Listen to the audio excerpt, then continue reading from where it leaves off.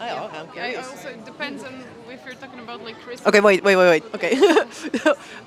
The first question is for you. How do you feel about Christmas? I personally love Christmas and the way I celebrate it with my family, but we're from Poland, and in Poland it's a bit different than here. We mainly celebrate Christmas Eve, and it's a very big holiday, and it's like the only kind of holiday that I really kind of celebrate, and we have all of those rituals with like this kind of big Christmas dinner where you traditionally have like 12 dishes and 12 dishes. yeah, like 12. It's how do you explain Traditionally, it? you have 12 individual dishes, and also that's just like a biblical thing for it. And you're also supposed to put like a serving aside for a stranger that's supposed to, if someone is lost in winter time and it's Christmas Eve, they can technically come into your house and be welcomed. So you're supposed to set a table setting for them, just in case. It's like a tradition. No one does it, but I was just about to ask, does it happen? no, We do it. well, you do it, but no one Yeah, no actually one comes comes. in. No Yeah, one but you comes, do but have you the do. priest. you do The Christmas thought. yes, for- it's about the spirit. So I feel like great. I feel like here, because here you don't really celebrate Christmas as much, right? I mean, I think we do. you do. 'Cause at least that's what I've seen. Because I feel like we have a lot more rituals surrounding Christmas in Poland, like everything leading up to it, and I really enjoy that because it really kind of reminds me of my childhood, my family, and stuff like that. So I guess this is the main reason, like nostalgia and this kind of sense of warmth. Yeah, so just spending time with friends and family and going to a Christmas market, does it already give you the Christmas vibe?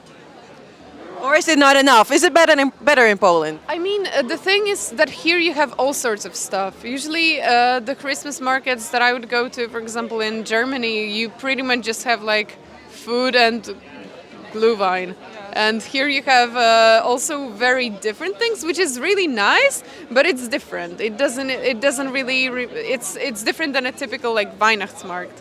Like what? Weihnachtsmarkt in Germany, right? Also, I think, at least currently, it's kind of hard to feel the Christmas spirit here because of the weather. It's a little Yeah. bit too warm. It's a little bit too rainy. Back home, Always too rainy. it's always too rainy. Back home, it's very snowy right now, so it's very much winter wonderlandy. So I guess that's a big difference. Yeah. So, but you just told me like it's different here than in Poland. Do you feel like we'd have less traditional things we do? I mean, maybe it's that I am not that familiar with them and they are not like my traditions. I do not practice them. I also don't really know that many Dutch people. So I don't really. Do you feel that there are like. I feel like here. I don't really know what like Dutch Christmas celebrations are. Like, you just have dinner, right? Yeah. We have dinner multiple times. Is it on the 25th? It's on we have 3 days. Yeah, So same. Christmas Eve and then 2 days after it. It's for us. I think it's mostly just spending time with family and giving each other presents. Maybe write a poem or do what is it called? I don't know. Surprise. I don't know how to explain, but you just create a creative package and then you put your Christmas presents in there. Some people do that, or people go to the church, or Do you do What? it on the first day of Christmas, on the 25th, or is it on Christmas Eve? it doesn't really matter. Oh, You can do whenever. That's the thing. It doesn't matter, and for us, it's For us like it matters you a have lot. like one specific day that has a specific like ritual and stuff like this. And here, I feel like obviously the Christmas spirit of like getting together with family. It's still here, but you don't have like this kind of this ritual. Yeah, that you have one particular thing at. Okay. Yeah. What is a typical thing in Poland? Well, as I said, it's always on the 24th. Traditionally, you should only start eating once the first star rises or something like that, right? No, I think but I think it's different for every family because Yeah, that's also true. you start eating around dusk, I think, mostly. So once it gets dark out, and then the thing about Santa Claus coming is only once the first star arrives. Yeah. So Okay, you, as a kid, you sit and you look out the window and you wait for the first star, and that's also a way for the kids to get away from the table and sort of hide them in a different room. So then a member of the family can actually get dressed up as Santa Claus, and they get to exit the building. And then once the first star arrives, and then you make a big entrance of the Santa Claus, and he gives the presents. That's what you do. I like it.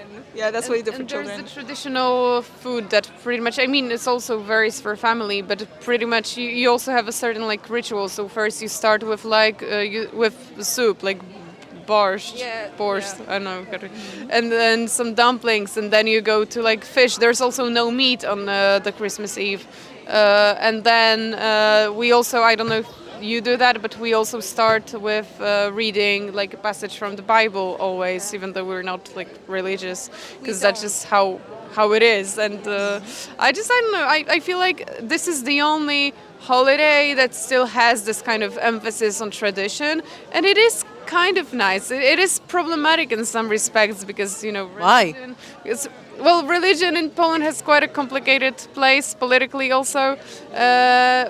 But you know, I just like it in Christmas. Yeah, but you also get to adapt some traditions. So, for example, my actual favorite Christmas tradition, I don't think you do here, and it's this act of you get a holy wafer, but it's just like it can also be a piece of bread, right. and That's before you have your dinner, you walk around and you address each member of your family personally with wishes, and you get to break away a piece of wafer, so it's like an exchange.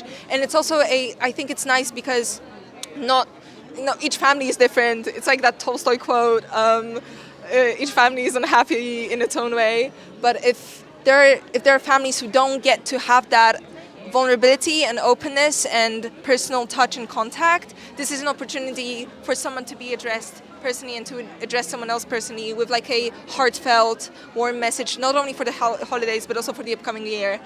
So it's also an opportunity for uniting and reconciling differences, which I think is really nice. And I don't think you guys have that here. No, but it sounds great. I love it. It's really like traditional, gives a special feeling or vibe, or so can people like step aside from all the political stuff or the religious stuff, or is it still that's the hope. That's the hope. Yeah. It rarely works out this way. I mean, you know, it's like any other family gathering. It's gonna end in a way that it's gonna end. no fights, right? Sometimes it depends. Depends on the family. Depends also. on the family. It depends on the amount of drinks involved as well. So yeah.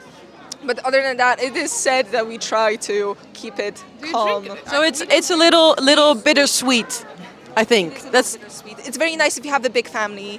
But I feel like especially if you're alone on Christmas Eve, it's something that you really feel. And you kind of feel maybe not shameful about it, but it's definitely like a value judgment to it, that you're supposed to be spending Christmas with your family and you're supposed to be there with other people. And it's kind of sad to see. That's why it's nice to have that separate setting, even just like idea-wise, so that people who don't have that community can have it just have that feeling. Yeah. And then the last thing that you do is like you go to midnight mass. Midnight mass. Yeah, midnight mass. And then apparently traditionally, like the legend has it that animals are supposed to start speaking. Did it ever happen? I don't know. I don't think so. I mean, That would be great. That would be awesome. But yeah, I would love to have a conversation with my dog. it's more like farm animals. I think it's about like sheep and goats and stuff. But I don't know. Yeah. And do you guys have a wish for 2024? I do. You go first. I have to. I'm preaching sincerity and honesty and vulnerability in 2024. I feel like, especially our generation, we're kind of subject to a cult of cool, you know, of like, and also like cynicism and keeping yourself detached, and apathy is a big thing, which I think is like a coping mechanism for like all of the bad stuff that's happening in the world. Everyone wants to kind of protect themselves. So for 2024, I would like people to be a little bit more open and just joyful, I guess. Just sincere. Just be more open, guys. How is that for you? I agree with that, and I would also add, in general, some kind of this feeling of like community and looking past our difference and kind of trying to understand each other, come from this kind of place of empathy. That's what I think we need more of in the world, everywhere in general. Okay, so more empathy for everyone. Thanks, girls. That was it. Thank you so much.